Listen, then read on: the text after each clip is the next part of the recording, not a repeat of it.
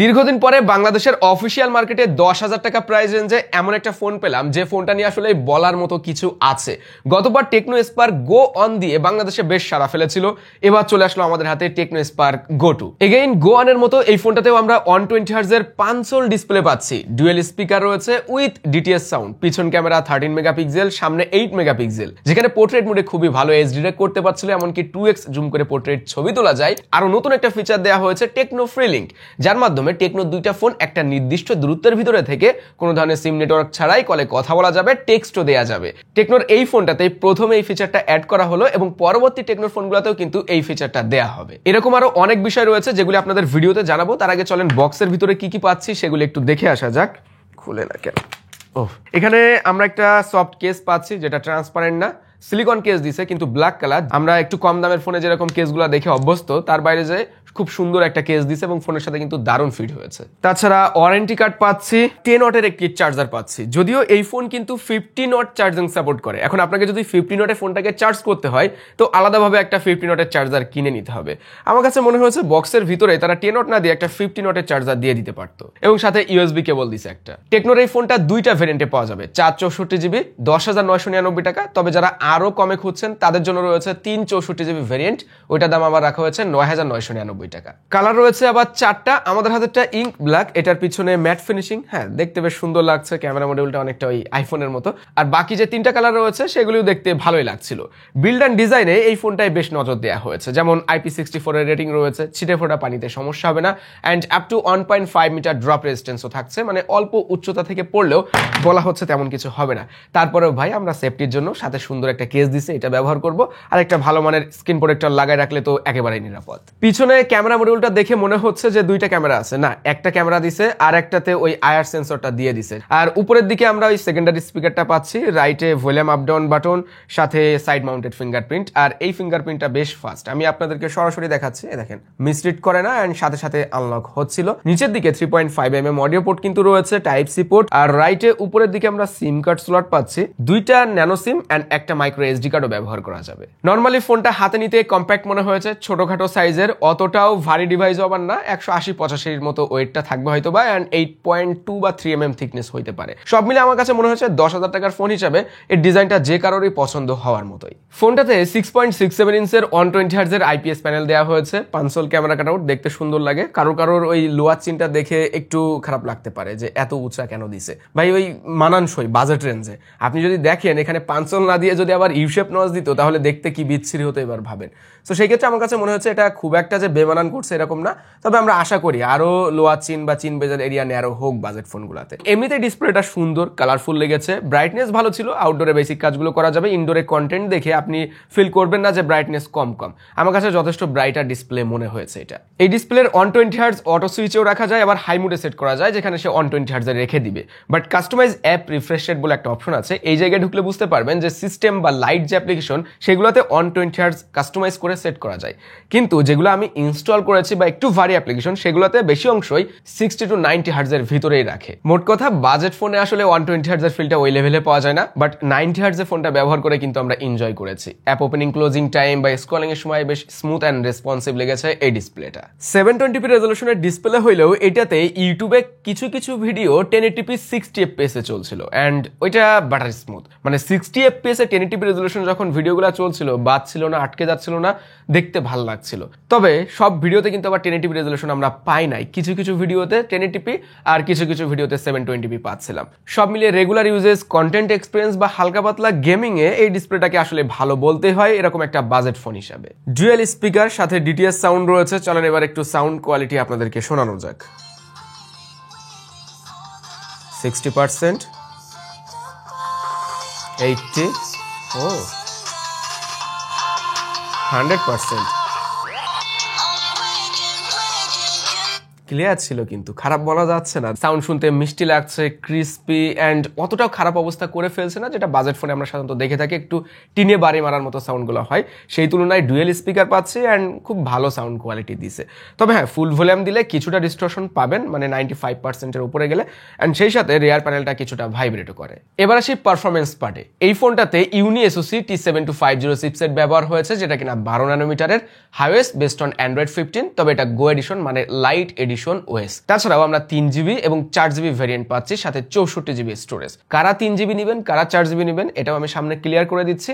আগে চলেন এর এসওসিটা নিয়ে একটু কথা বলা যাক। Geekbench 6 এই ফোনটা সিঙ্গেল কোরে 437 এবং মাল্টি কোরে 1440 স্কোর দিয়েছে। সিপিইউ স্ট্রেস টেস্টেও দেখলাম ভালোই স্টেবল পারফরমেন্স দেখাতে পেরেছে। টেকনো এই ফোনে সব থেকে বুদ্ধিমানের কাজ করেছে এরকম একটা এসওসি দিয়ে লাইট এডিশন বা গো এডিশন ওএসটা ব্যবহার করে। দেখেন যত বেশি ওএসটা লাইট হবে তত ফোনের উপরে প্রেশারটা কম পড়বে। আমরা কিন্তু এর থেকেও বেশি দামে মানে 14-15 হাজার টাকা ফোনেও সেম এসওসি ব্যবহার হতে দেখেছি। খারাপ না এসওসিটা, বাট ওই এসওসিটাকে যদি সঠিকভাবে ব্যবহার করা হয় তখনই ফোনের পারফরমেন্সটা আসলে বেটার পাওয়া যায়। আর যে কারণে এই ফোনটাতে 4GB র্যাম থাকার পরেও অ্যাপ ওপেনিং, ক্লোজিং বা সুইচিংয়ে এছাড়াও 4-5টা অ্যাপ দিয়ে মাল্টিটাস্কিংয়ে স্মুথ এক্সপিরিয়েন্সটা পেয়েছি আমরা। তবে সেগুলি অবশ্য লাইট অ্যাপ্লিকেশন। আমরা যদি রেগুলার অ্যাপ্লিকেশন ব্যবহার করতাম তো ফোনের স্টোরেজটা দ্রুত ফুল হয়ে যাইতো এবং ফোনের উপরে প্রেশারটাও বেশি পড়তো। সেই ক্ষেত্রে আপনারা যারা কিনবেন এই ফোনটা অবশ্যই চেষ্টা করবেন 64GB স্টোরেজটা যেন 80%-এর আপ না হয়ে যায়, একটা মাইক্রো এসডি কার্ড সাথে ব্যবহার করবেন। তাছাড়াও লাইট অ্যাপ্লিকেশনগুলো ব্যবহার করলে দেখবেন বেশ ভালো স্টেবল পারফরমেন্স পেয়ে যাচ্ছেন। এই জায়গায় অনেকেই কনফিউশনে পড়ে যাবেন যে 3GB র্যামেরটা নিব নাকি 4GB র্যামেরটা নিব। দেখেন বাজেট ফোন, এমনিতেই আমরা হেভি মাল্টিটাস্কিং করবো না অত বেশি, তবে 3GB আমার কাছে একটু কমই মনে হয়। হয় না এমন, আমরা অনেকে সিনিয়র পার্সনকে হয়তো গিফট করছি ফোনটা বা কাউকে কিনে দিব যার ফোনের উপরে অত বেশি প্রেশার দেওয়ার কোনো সুযোগ নেই, 1-2টা অ্যাপ্লিকেশন সর্বোচ্চ ব্যবহার করবে, তার জন্য 3GBটা নিতে পারেন বাজেট যদি অনেক বেশি টাইট হয়ে থাকে। যেহেতু এই ফোনটা গেমিং ফোন না আর গো এডিশন ওএস রয়েছে, যে কারণে প্লে স্টোর থেকে আপনি সব রকম গেমও ইনস্টল করতে পারবেন না। এক কথায় ভারী গেমগুলো ইনস্টল করা যায় না। তবে ফ্রি ফায়ার খেলা যাচ্ছিল, এছাড়াও আমরা 2D গেম 2-1টা ইনস্টল করেছি যেগুলি ভালোভাবেই খেলা যাচ্ছিল। তো ফ্রি ফায়ারের এক্সপিরিয়েন্সটা বলতে হইলে যারা বিগিনার লেভেলের গেমার আছেন, টুকটাক একটু গেমিং টেমিং করবেন, অবসর সময় একটু গেম খেলার মন চাইলো, সেই ক্ষেত্রে আপনি গেমিং করতেই পারেন। আর যদি বাজেট থাকে তো 1000 টাকা বেশি দিয়ে 4GB র্যামেরটা নেওয়াই বেটার হবে আমার মতে। এই ফোনে আবার দেখলাম এআই রয়েছে, পাওয়ার বাটন চিপে ধরলে ডিপসিক এআই ওপেন হয়, ডিপসিক আর1 এখান থেকে কমেন্ট করা যাবে। তাছাড়াও এআই সামারাইজ রয়েছে, এআই টেক্সট জেনারেটর রয়েছে, যেগুলি বেশ ইউজফুল, ব্যবহার করলে হয়তো বা কাজে লাগতে পারে। এবার আসি ক্যামেরাতে। এর পিছনে রয়েছে 13 মেগাপিক্সেল, সামনে 8 মেগাপিক্সেল। একটা বাস্তব সত্য কথা বলি, এটা পাম না। আমার যদি বাজেট 10,000 থাকতো আর একটা ক্যামেরা কেন্দ্রিক ফোন লাগতো, তাহলে ওই মেগাপিক্সেলের খেলায় আমি ভেসে না যে একটা ভালো ক্যামেরার ফোন হিসাবে এসপার গো টুই সিলেক্ট করতাম।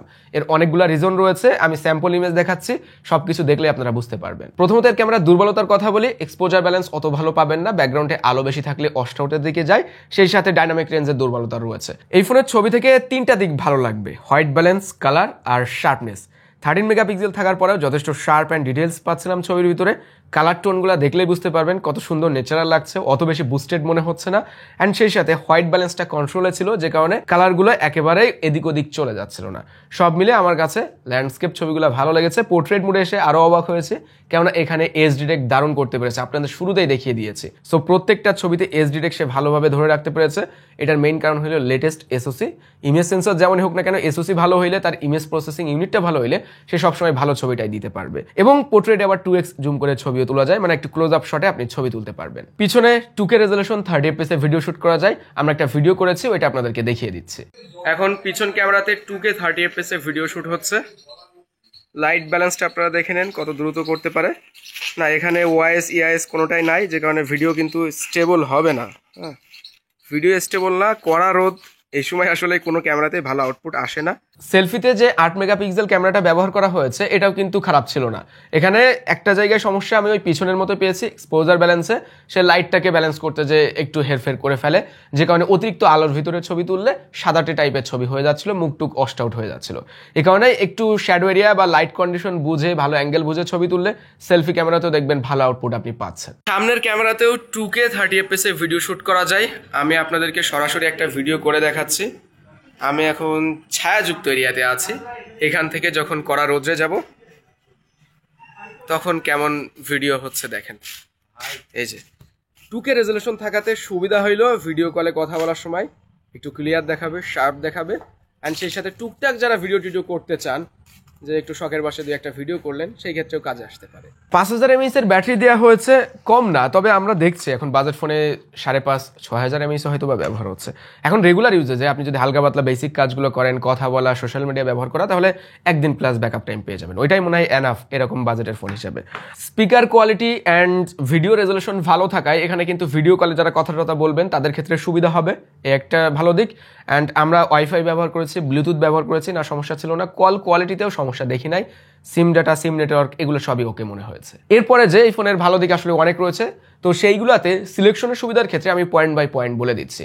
তো 10,000 টাকা রেঞ্জের ফোন হিসাবে আপনি এই ফোনটা সিলেক্ট করতে পারেন ক্যামেরার জন্য, দ্বিতীয়ত আপনি সিলেক্ট করতে পারেন এর ডিসপ্লে অ্যান্ড ডিজাইনের জন্য, আর লাস্টে যে অবশ্য ডুয়েল স্পিকারের জন্য সিলেক্ট করতেই পারেন।